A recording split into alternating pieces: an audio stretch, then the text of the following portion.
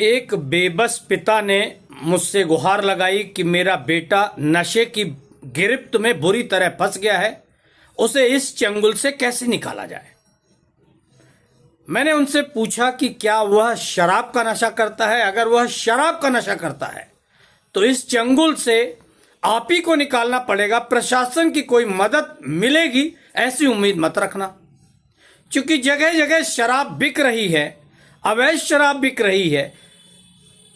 Police या प्रशासन इस पर कोई अंकुश नहीं लगा पा रहा है।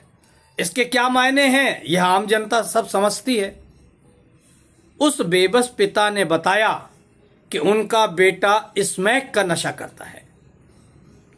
तो मुझे आश्चर्य हुआ कि क्या सतना में स्मैक भी बिक रही है। उस पिता ने बोला, हाँ, वह कोई अमीर पिता नहीं है, सब्जी बेचने वाला है।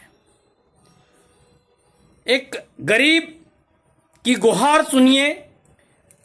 उसका 25 वर्षीय बेटा बुरी तरह स्मैक के नशे में फंस चुका है और वह पिता चाह रहा है कि प्रशासन या कोई और उसकी मदद करे तो वह अपने बेटे को इस नशे के चंगुल से बचा सके।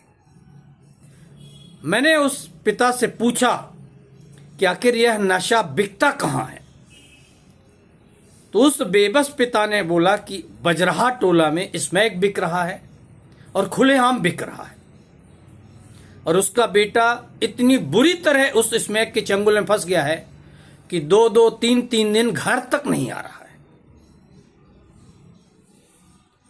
मैंने बोला, पुलिस की मदद लीजिए। सांसद हैं, विधायक हैं, महापौर हैं, पार्षद हैं, बहुत सारे नेता हैं जो चुनाव हार चुके हैं, जिन्हें आगे चुनाव लड़ना है।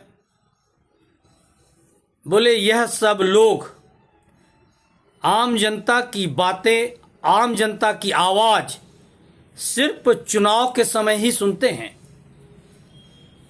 बाकी इसके बाद।